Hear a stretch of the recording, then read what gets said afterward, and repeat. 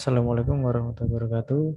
Jadi pada kesempatan kali ini saya dan Mbak Horinsa akan berkolaborasi untuk menyampaikan materi tentang sejarah dan problematika literasi di Indonesia.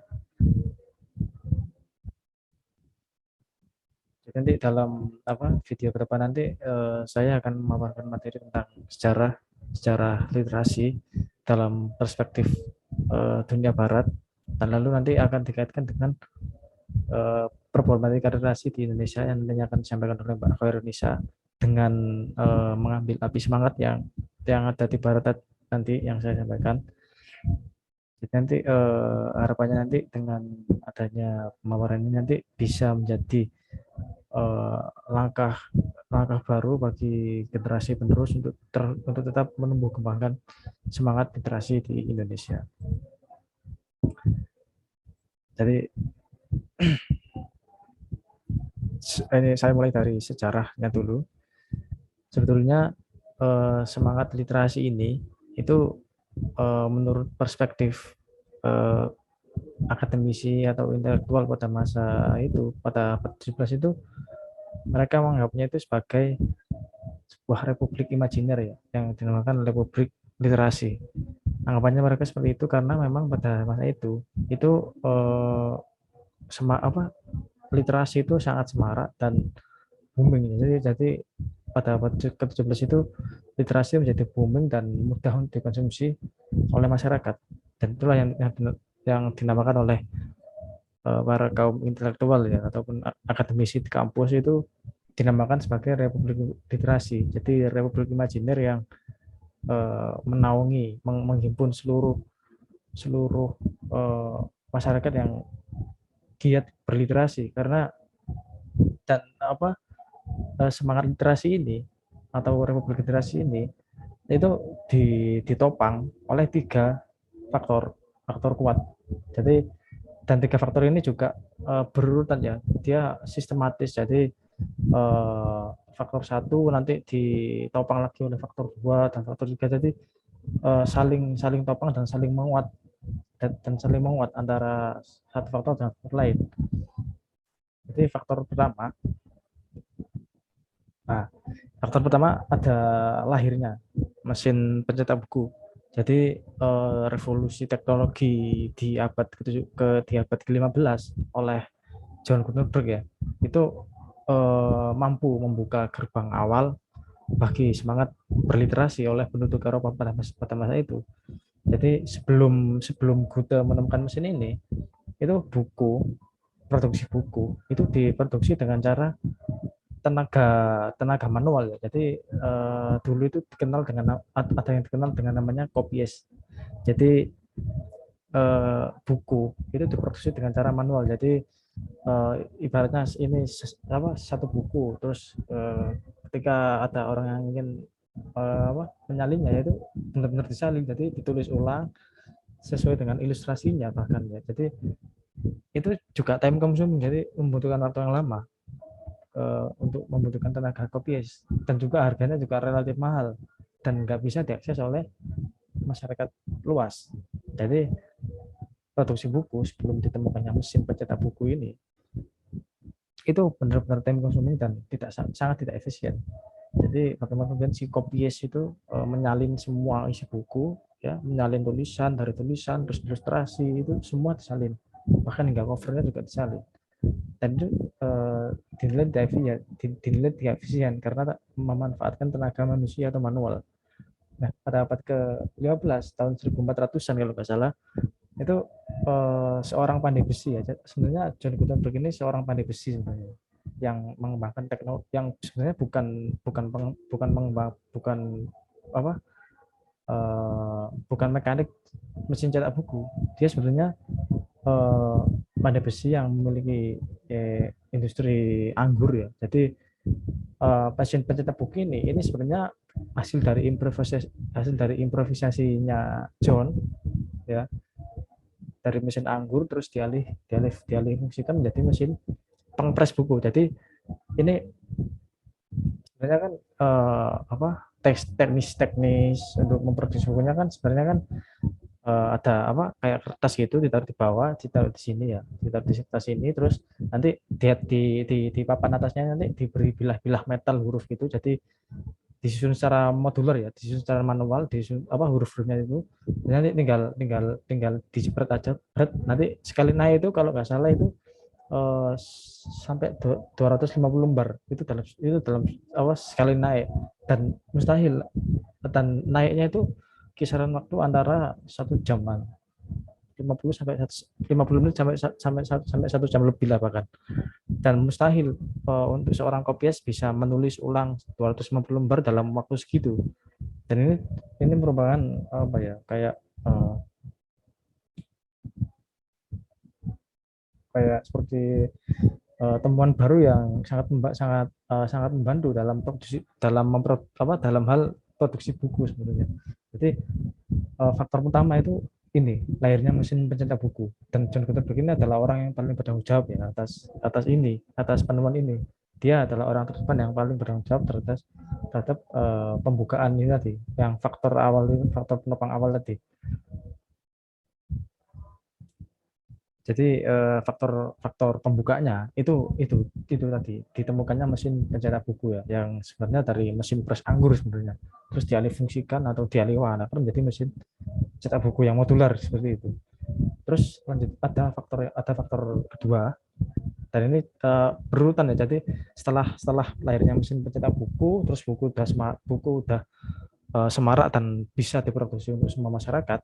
Terus kemudian lahirlah kayak semacam komunitas korespondensi ya. Jadi adanya jaringan korespondensi yang masif. Jadi para intelektual sebelum semaraknya buku itu hanya sekedar untuk say hello, menanyakan kabar dan lain sebagainya. Jadi sejak adanya mesin pencetak buku, itu kan buku kan jadi lazim untuk, maksudnya umum untuk dikonsumsi ya, maksudnya orang yang memiliki buku itu bukan masyarakat kelas atas saja, kelas-kelas bawah juga mampu memiliki buku, karena itu tadi uh, nggak time consuming, harganya juga sangat murah kan ya. Waktu itu kan juga kan teknik cetakannya gampang kan, tinggal ngetes saja, dan itu buku sudah didistribusikan ke berbagai tempat ya, dan itu juga mudah mudah diakses. Kalau misalkan kita mau mencari buku pada masa itu mudah banget karena adanya mesin itu tadi. Dan dengan adanya buku dan dengan semaraknya buku itu secara nggak langsung melahirkan jaringan korespondensi ya di berbagai daerah ya. Katakanlah di daerah A itu terbit sebuah buku tentang membahas tentang filsafat misalnya. Nah, nanti intelektual atau akademisi kampus yang ada di kota A nanti berjejaring dengan jabatannya yang ada di kota C lah katakanlah. Dan itu jejaring ini itu masif ya, dan sangat sangat semarak karena tadi timbulnya buku, maksudnya untuk mendapatkan buku itu sangat mudah. Dan ini juga mengubah apa ya arah orientasi korespondensi ya, karena kan sebelumnya kan korespondensi kan dipahami sebagai suatu ihwal yang sekedar untuk menanyakan kabar ya, menanyakan kabar dan lain sebagainya kan. Dan namun setelah pada abad ke-17 ini itu orientasi surat, jaringan korespondensi yang awalnya untuk sekedar menanyakan kabar sehilo itu berubah menjadi eh, seperti ajang untuk berbagi ilmu. Jadi di dalam surat itu bahasannya adalah mengenai ilmu, mengenai buku, dan menanyakan perkembangan filsafat di sana. Misalkan menanyakan, misalkan katakanlah akademisi di kota A itu menanyakan perkembangan filsafat di kota C misalkan, katakanlah seperti itu. Jadi wahana intelektual itu semakin luas karena media surat itu tadi, dan surat berangkat dari semaraknya buku tadi, dan semaraknya buku berangkat dari lahirnya mesin pencetak buku tadi oleh John Gutenberg. Dan ini menjadi apa ya instrumen baru ya pada wajah Eropa pada waktu itu ya. Jadi dengan semaraknya buku, terus adanya jaringan korespondensi, ya, maksudnya relasi antara intelektual itu juga masif dan masih terjalin dengan baik seperti itu. Terus ada faktor penopang yang ketiga. Ini mungkin sedikit agak aneh, tapi ini memang benar terjadi pada masa itu. Jadi lahirnya kedai kopi ya, sebagai media diskusi. Jadi di samping lahirnya mesin pencetak buku yang menyemarakkan buku di masyarakat luas, ya kan. Terus juga adanya jaringan korespondensi antar ilmuwan satu dengan ilmuwan lain, atau akademisi satu dengan akademisi lain, atau masyarakat satu dengan masyarakat lain. Itu mereka juga ditopang oleh tiga faktor yang terakhir, atau faktor yang terakhir, yaitu lahirnya kedai kopi. Jadi kedai kopi pada masa itu enggak bukan dipahami sebagai ajang untuk membeli kopi dan nongkrong sebagainya. Jadi kedai kopi di sini pasca lahirnya mesin revolusi buku tadi, itu kedai kopi di sini sangat berfungsi untuk media diskusi. Jadi para masyarakat yang tidak suka dengan dogmanya kampus, itu mereka diskusinya di kedai kopi. Jadi kan pada masa itu kan memang abad 17 ya, abad 17 kan kampus itu kan nggak seperti sekarang. Jadi kampus pada masa itu masih didominasi oleh imperium tertentu kan. Maksudnya dogma-dogmanya juga, konvensi-konvensi kampusnya juga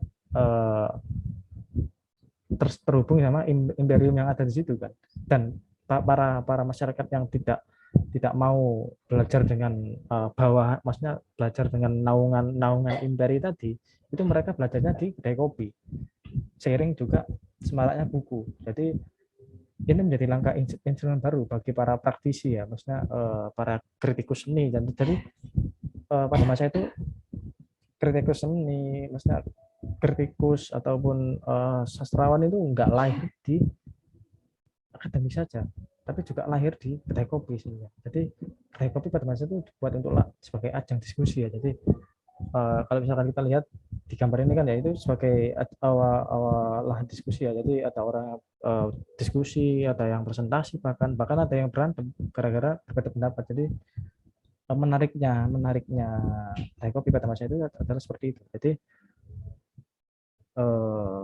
kedai atau sebuah kedai kopi itu tidak dipahami sebagai tempat untuk minum kopi ataupun makan ya, tapi juga dipakai untuk lahan diskusi. Jadi kedai kopi saat itu juga semarak ya dengan dukungan buku tadi. Jadi orang-orang yang berada di luar kampus itu semuanya lari ke kedai kopi hanya untuk sekedar diskusi ya. Jadi ibaratnya ini adalah sebuah seperti kayak kayak pertarungan ya antara praktisi di luar kampus yang nongkrongnya hanya di kedai kopi dengan akademisi di dalam kampus. Jadi gitu. Jadi menariknya di situ. Jadi kedai kopi pada masa itu mampu lah, maksudnya membuat dobrakan semangat bagi masyarakat yang tidak mau belajar di kampus. Jadi seperti itu. Jadi tiga faktor ini, jadi lahirnya mesin pencetak buku, terus adanya jaringan korespondensi, terus lahirnya kedai kopi, ini adalah tiga faktor utama ya yang menopang adanya semangat keliterasian atau literasi di Eropa pada abad ke-17. Jadi dengan adanya semangat ini, itu harapannya maksudnya terrefleksikan ke daerah-daerah yang nantinya akan bercorak ya, maksudnya semangat ini itu bisa sebenarnya untuk diserap terus kemudian untuk bisa diterapkan atau di generalisasikan ya di lingkungan sekitar ya. Jadi dengan mengacu semangat literasi yang ada di barat pada masa itu ya, itu bisa sebenarnya untuk sebagai ajang untuk cermin ya. Jadi bagaimana kemudian kita nanti bisa maksudnya menjadi pribadi yang literer, jadi pribadi yang mencintai buku dan bisa menerapkan apa yang ada di isi buku itu dengan melihat cermin ini tadi, cermin semangat literasi yang ada di barat tadi. Dan pada pembahasan selanjutnya nanti akan dipaparkan oleh Mbak Salwa Tawakal mengenai problematika literasi di Indonesia. Jadi seperti apa sih problematika literasi di Indonesia, terus bagaimana sih kok bisa literasi di Indonesia kok bisa problem untuk masalah. Nanti akan di share oleh Mbak Hawa. Sekian dari saya. Saya oper ke Mbak Khairunisa.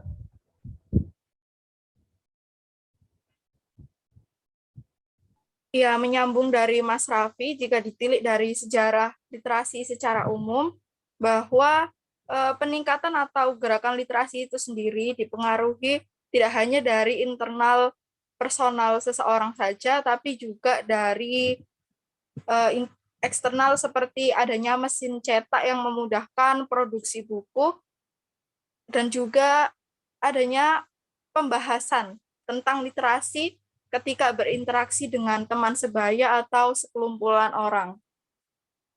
Jika kita kerucutkan masalah yang ada di Indonesia, Indonesia sendiri baru membuat gerakan literasi nasional pada tahun 2016 sebagai implementasi peraturan dari pemerintah pendidikan dan kebudayaan pada tahun 2015.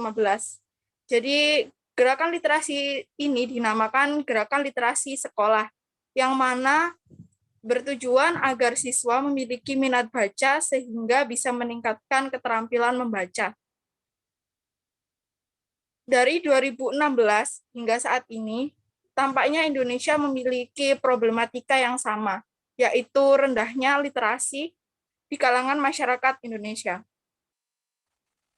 Hal ini tidak hanya sebagai isapan jempol semata atau sekedar omong kosong, karena menurut data Program for International Student Assessment atau PISA 2015, bahwa Indonesia masih berada di urutan ke-64 dari 72 negara, yang mana hal ini berarti Indonesia masih rendah sekali presentase minat baca di kalangan masyarakat. Lalu kita beranjak ke 2019 hingga 2021, yang mana Indonesia menempati urutan ke-62 dari 70 negara, yang mana Indonesia masih tergolong rendah dalam hal literasi. Most Literate Nation in the World yang dilakukan oleh Central Connection State University pada bulan Maret mencatat bahwa Indonesia berada di urutan 60 dari 61 negara yang menjadi riset mereka sebagai persentase peningkatan literasi membaca. Jika diruntutkan, maka kita akan menemui dua problematika umum. Yang pertama yaitu pola pemikiran primitif masyarakat, dan yang ketiga adalah literasi hanya artifikal tanpa adanya kesadaran diri. Saya akan membahas pola pemikiran primitif masyarakat. Kita tahu bahwa Indonesia dijajah, mengalami masa kolonialisme yang cukup lama, sehingga pola pemikiran itu sendiri sudah terbentuk sejak saat itu, yang mana masyarakat Indonesia beranggapan bahwa pendidikan itu bukanlah hal yang penting, terutama untuk wanita. Namun kita bisa lihat modern saat ini, pola pemikiran itu sedikit demi sedikit mulai berubah, namun tidak banyak tentang literasi. Mereka beranggapan seperti, untuk apa sih literasi itu? Di sekolah kita sudah diajarkan, itu sudah cukup. Sedangkan jika kita menilik Jepang, sejak kecil, sejak mungkin si anak tersebut sudah bisa membaca, mereka sudah diterapkan untuk membaca buku. Buku apapun, tidak hanya buku pelajaran, entah itu buku tentang romantik, buku tentang novel, atau buku tentang kehidupan sosial. Mulai dari anak kecil hingga orang tua, mereka seakan berlomba-lomba ingin meningkatkan literasi di negara mereka sendiri. Hal ini seperti berbanding terbalik dengan yang ada di Indonesia. Bahkan sekelas kita mahasiswa saja terkadang masih malas untuk membaca buku, padahal kita tahu bahwa buku itu adalah jendela ilmu. Problematika ini masih dialami Indonesia sampai saat ini. Sebab mindset masyarakat Indonesia masih berpikir bahwa membaca buku itu bukanlah suatu hal yang penting. jika kita tilik bahwa sekarang kemudahan ada di mana-mana, ada perpustakaan nasional, toko buku di mana-mana, ada platform juga di internet untuk kita membaca buku, tidak harus membeli. Hal ini juga seperti yang saya katakan sebelumnya, bahwa pemikiran masyarakat Indonesia masih belumlah terbuka bahwa literasi itu sangat penting. Dan beberapa hari yang lalu, ketika saya berdiskusi dengan teman saya, yang mana dia tuh mahasiswa dari sosiologi. Hal ini belum sempat terpikirkan oleh saya, namun akhirnya saya seperti terbuka. Dia mengatakan bahwa Jepang itu individualisme, tidak seperti di Indonesia, yang mana masyarakatnya sangat ramah. Kita berbaur dengan teman sebaya setiap hari, namun tidak dengan di Jepang. Riset mengatakan bahwa Jepang merupakan negara dengan kepribadian masyarakatnya yang individualisme. Jadi di sana itu mereka memanfaatkan waktu luang bukan untuk berinteraksi dengan teman sesamanya, tapi untuk membaca, dan membaca. Dan sekalipun mereka berinteraksi dengan temannya, maka yang dibahas adalah isi di dalam buku tersebut. Jadi bukan pembicaraan yang sia-sia, yang hanya berbicara tanpa adanya manfaat dan tujuan. Nah, di situ bisa kita lihat pola primitif masyarakat, bukan berarti bahwa membaca membuat suatu masyarakat menjadi individualisme. Itu hanya wujud. Karena mereka individual, tidak ada hal yang mereka kerjakan, maka membaca ditilik sebagai jalan keluar satu-satunya. Seharusnya jika kita lihat potensi dari keramahan di Indonesia, kita bisa meningkatkan literasi dengan teman sebaya. Namun nyatanya, hal kecil ini sering luput dari kita dan sering dianggap remeh. Saya pernah mengalaminya, dan juga teman saya juga pernah mengalaminya ketika masih duduk di bangku sekolah SMA. Kita membaca buku, bukan buku pelajaran, hanya buku novel. Dan kita sudah dianggap sebagai kutu buku, antisosial, apatis terhadap lingkungan sekitar. Kata-kata yang seperti ini, atau bisa kita sebut bullying verbal, bisa membuat seseorang sedikit trauma, bahwa ketika mereka membaca buku, maka mereka akan dijatuhkan dengan mental yang seperti itu. Oleh karenanya bisa kita lihat, walaupun di Indonesia banyak kafe-kafe seperti tadi sejarah, tapi tidak bisa menjadi sejarah bahwa literasi di Indonesia juga tumbuh lewat kafe-kafe yang sekarang sedang marak-maraknya. Karena hal itu tadi, pemikiran masyarakat Indonesia yang masih tergolong primitif dan tidak mau terbuka dengan modernisasi tentang literasi ini sendiri. Lalu yang ketiga, faktornya yaitu literasi hanya artifikal tanpa adanya kesadaran diri. Mungkin pemerintah sudah benar menerapkan bahwa gerakan literasi nasional terhadap siswa. Hal ini benar, sudah bagus. Namun, nyatanya di lapangan, praktek dari kebijakan ini masih belum bagus. Ini juga sesuai dengan kenyataan yang bisa kita lihat sehari-hari di lingkungan sekolah kita misalnya. Mungkin tidak semua, namun kebanyakan yang saya temui dan yang pernah saya wawancarai, hasilnya seperti ini.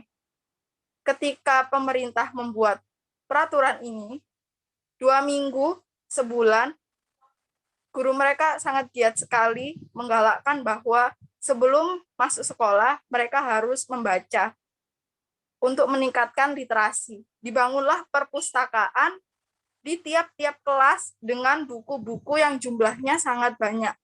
Namun, semakin hari, hal ini tidak terkontrol. Sebab apa?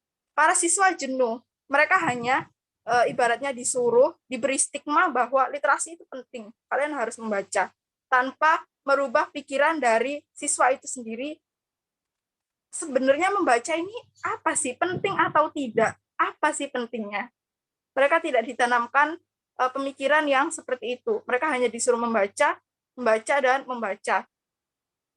Saya beri gambaran lain, mungkin ketika orang yang agamanya belum terlalu kuat, sholatnya masih bolong-bolong, dan dia terpaksa disuruh sholat tanpa tahu apa sih manfaat sholat itu, apa sih keuntungan jika kita sholat, maka itu tidak akan continue atau tidak akan terus-menerus dilakukan. Sama seperti literasi. Literasi adalah hal yang membosankan bagi mereka. Itu yang ada di dalam mindset mereka.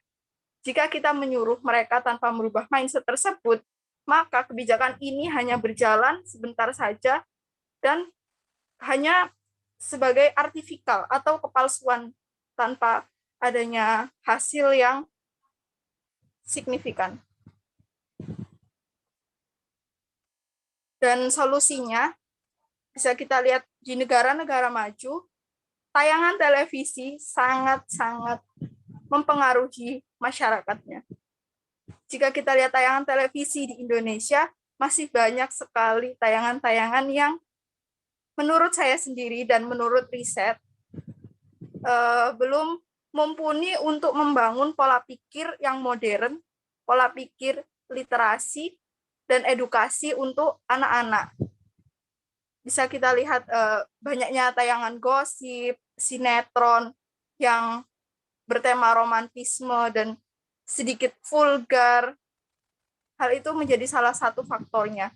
Jika kita lihat seperti di Jepang atau di Amerika, tayangan literasi itu sangat banyak sekali dan sangat-sangat kreatif, inovatif, sehingga masyarakat itu sendiri terbuka. Tidak mungkin masyarakat tidak menonton televisi setiap harinya. Jadi itu menurut saya faktornya dari masyarakat itu sendiri dan juga dari kebijakan pemerintah. Dan solusinya adalah sebaiknya lebih banyak menayangkan hal-hal keuntungan literasi yang dapat mengubah mindset masyarakat dan membuat Indonesia menjadi negara dengan tingkat literasi tertinggi. Seperti itu, Mas Raffi. Baiklah, sekian dari saya, Khairunisa Salwatawakal, yang telah memaparkan problematika literasi di Indonesia sejak tahun 2016 hingga tahun 2021. Assalamualaikum warahmatullahi wabarakatuh. Waalaikumsalam. Menyambung dari Bapak tadi ya Bapak, sebenarnya kalau misalkan kita membandingkan semangat literasi di Barat yang seperti yang saya sampaikan tadi ya, itu berarti apa ya, kayak blundernya pemerintah itu lebih ke kurangnya ya Pak, imunisasi sejak dini ya berarti ya. Jadi bagaimana kemudian apa generasi unggul itu tidak dididik untuk apa menjadi seorang yang literer gitu ya. Jadi seperti apa hal remeh seperti tayangan televisi atau lingkungan sekitar atau didikan orang tua seperti itu ya. Ya. Selain itu juga sebelum mendidik anak, orang tua ini juga harus sadar bahwa literasi tersebut sangat penting bagi anaknya sejak usia dini. Maka dari itu, pasti anak-anak dan orang tua itu lebih sering menonton tayangan televisi ya, walaupun sebenarnya HP ini sudah seperti dunia, kita bisa menggenggam dunia di dalam tangan kita. Apa yang tidak ada di sini? Namun televisi juga masih menjadi hal yang sangat populer di kalangan masyarakat kita. Jika setiap hari tayangan kita mendapatkan tayangan tentang literasi, tentang pentingnya literasi, saya sangat yakin bahwa sedikit demi sedikit mindset tentang literasi itu akan berubah di pola pikir masyarakat kita. Seperti sekarang sekolah daring. Pertama sebulan atau 2 bulan online study, banyak tayangan televisi yang tentang edukasi bagi anak sekolah dasar khususnya. Namun lama-kelamaan kita bisa lihat bahwa tayangan itu mulai berkurang, tidak lagi digalakkan di kelas-kelas, dan ini merupakan kenyataannya. Kebanyakan seperti itu. Jadi saya mengambil dari mayoritasnya.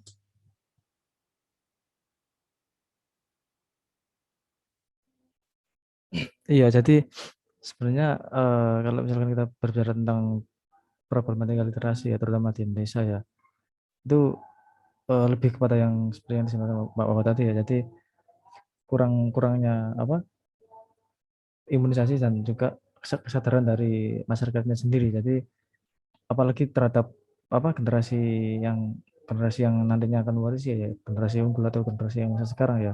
Apalagi sekarang kan eranya digital ya. Jadi kalau misalkan kita bicara tentang literasi untuk sekedar informasi ya, kita kurang literasi apa ya, karena juga kan di HP itu kan ya, utamanya di WA atau di Instagram atau utamanya itu kan eh, bertebar banyak sekali informasi ya, dan juga pengetahuan kan banyak sekali kan platform-platform online yang mendesain platform mereka itu seperti platform ilmu atau edukasi ya. Jadi kalau misalkan kita eh, apa kalau misalkan kita menyalahkan era digital untuk penghambat literasi ya itu salah ya sebenarnya. Jadi bahkan di HP sendiri itu eh, sebagai sarana untuk pendukung kalau menurut saya. Jadi kalau misalnya kita lihat di WA atau di TikTok misalkan aja itu banyak sekali bertebaran informasi ataupun edukasi. Jadi kurang kurang literasi apa kalau misalkan kita lihat di HP ataupun di media sosial ya. Jadi lebih kita di kurangnya kesadaran ya. Jadi ya itu tadi berimbas itu tadi kurangnya kesadaran itu tadi dibentuk dari ketidakpekaan, terus ketidakpekaan nanti dibentuk dari tidak adanya imunisasi sejak dini kan ya, dari lingkungan sosial ataupun orang tuanya kan ya. Iya, Mungkin benar seperti itu. sekali Mas. Kemajuan digital justru merupakan jalan pintas Nah, kita benar. untuk meningkatkan literasi seharusnya. Jadi mungkin ini juga menjadi apa ya, eh, PR yang cukup berat ya bagi kalangan apa pemerintah ataupun intelektual yang peduli literasi sebenarnya. Jadi bagaimana kemudian mereka membuat membuat api pemantik ya untuk meningkatkan api api kesadaran atau api semangat ya untuk kemudian bisa bisa kembali itu tadi, bisa bisa bersemangat berliterasi itu tadi. Karena juga kita musimnya musim musim digital ya, apa kalau misalnya kita bicara literasi ya kurang literasi apa, kita semuanya ada di handphone semuanya, kita semua bisa mengakses apapun di handphone, berbeda dengan eh, skala 2010 ke atas, apa skala 2010 ke bawah ya. Jadi kita nggak perlu repot-repot ke perpustakaan untuk sekedar membaca suatu buku ataupun apa, kita cukup pegang HP terus apa kita sudah dapat gitu. Jadi itu tadi permasalahannya tadi apa kurangnya kesadaran itu tadi ya. Iya, benar Mas Raffi. Mungkin gitu, ada yang mau disampaikan lagi Bapak-Bapak? Sudah itu saja Mas Raffi poin-poin yang saya sampaikan. Iya.